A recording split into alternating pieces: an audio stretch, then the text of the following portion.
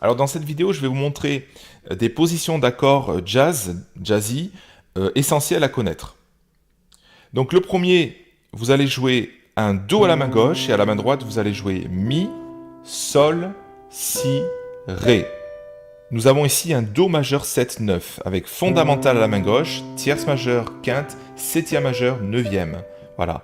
Ce type d'enrichissement et de position est utilisé pour jouer donc jazz, donc pour apporter une couleur jazzy à vos morceaux, à vos compositions ou à ce que vous auriez envie d'enrichir.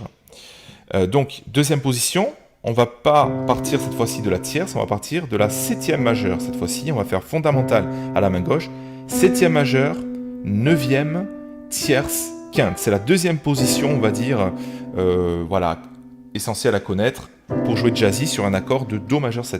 Donc cette position-ci et celle-ci. Donc par exemple, sur un truc tout à fait simple, au lieu de jouer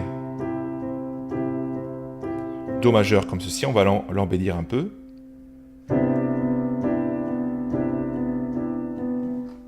Nous allons construire le même accord, mais cette fois-ci sur un Fa majeur.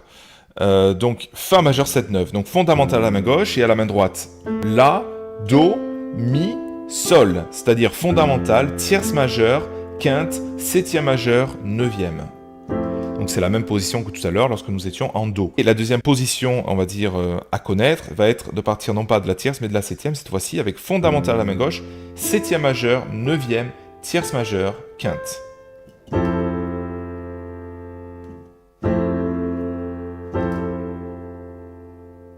Je vais vous montrer en pratique ce que ça donne.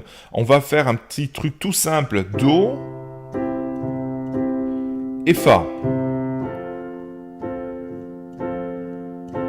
Et Do.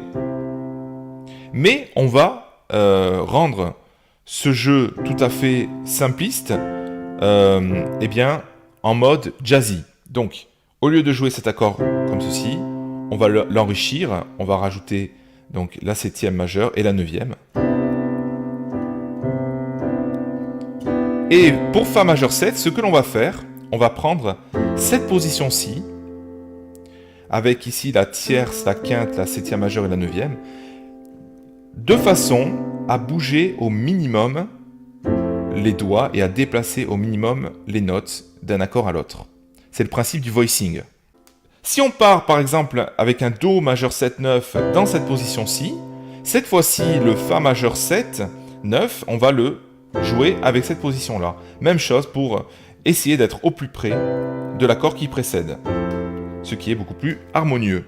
Pour aller beaucoup plus loin et plus en profondeur, je vous invite à cliquer sur l'image qui apparaît maintenant sur l'écran. J'ai préparé pour vous une formation totalement offerte pour jouer blues jazz et improviser blues jazz dans les règles de l'art en 25 minutes chrono, avec plein de bonus pour jouer jazzy. Enfin bref, il y a de quoi faire. Cliquez sur l'image, ça vaut vraiment le coup et c'est totalement offert pour vous.